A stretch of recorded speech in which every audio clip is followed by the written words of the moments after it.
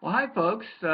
Hope you've been having a great conference. I'm sorry I can't be there with you to accept this wonderful award.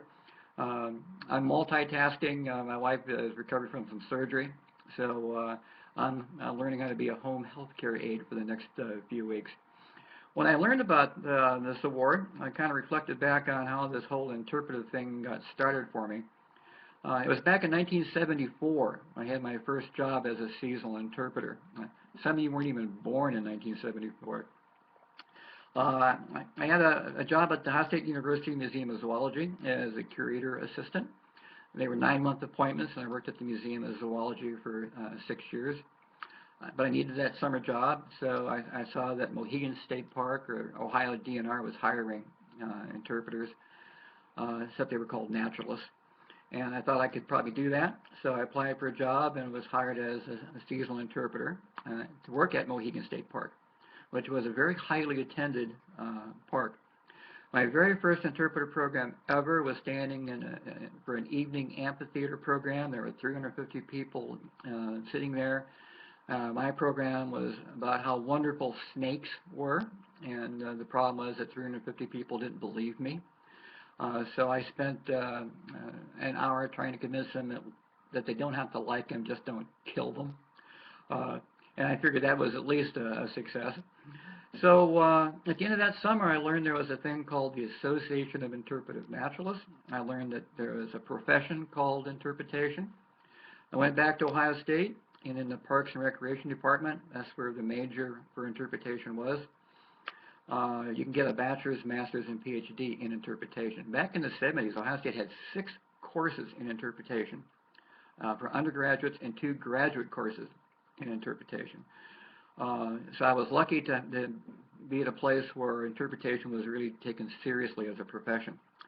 I was also lucky to have my very first mentor, and that's probably my main message, is the role of mentors. That was Dr. Gabe Charum, who developed and taught the interpretation courses at Ohio State. It was unusual to have a professor teaching something that they've actually done.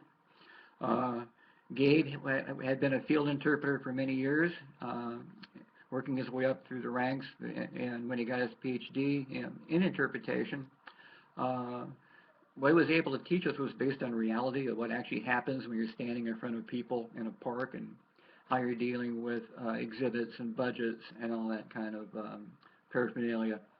So Gabe gave all of us a really sound foundation in what interpretation was and also what interpretation isn't. We learned Tilden's interpretive principles. We learned how to use them. We learned how to plan and design exhibits and panels, how to do interpretive writing that was actually interpretive. And at the end of time at Ohio State, I was lucky enough to help develop and teach a course on interpretive master planning and helped write the very first textbook on interpretive planning. The second mentor was Dr. Bill Lewis. I had the opportunity to teach the Army Corps of Engineers Interpretive Services course for about the past 20 years. And for 15 of that, Bill Lewis was a co-instructor. Watching Bill Lewis do interpretation, watching him teach interpretation with the Army Corps of Engineer Rangers was really something amazing. Just watching how he did it and his teaching aids and how he translated technology to interpretees was really quite astounding. I learned so much from Bill, and a lot of his ideas and the things that he taught were in my interpretive master planning textbook and are also in my new interpretation planning textbooks. So I think the key message is the importance of mentors. So if you've been around the block a few times like I have, and I plan on being around the block for a few more years, I may be old, but I'm not that old. Look for a mentor. If you're an old dog like me, be a mentor. Find ways to share your knowledge and your experience and your passion for interpretation with others. If you're just starting out in interpretation, look for a mentor. Look for courses and classes and watch how other people deliver and do interpretation. It's a magical profession. Remember, provoke, relate, and reveal. be a wonderful storyteller.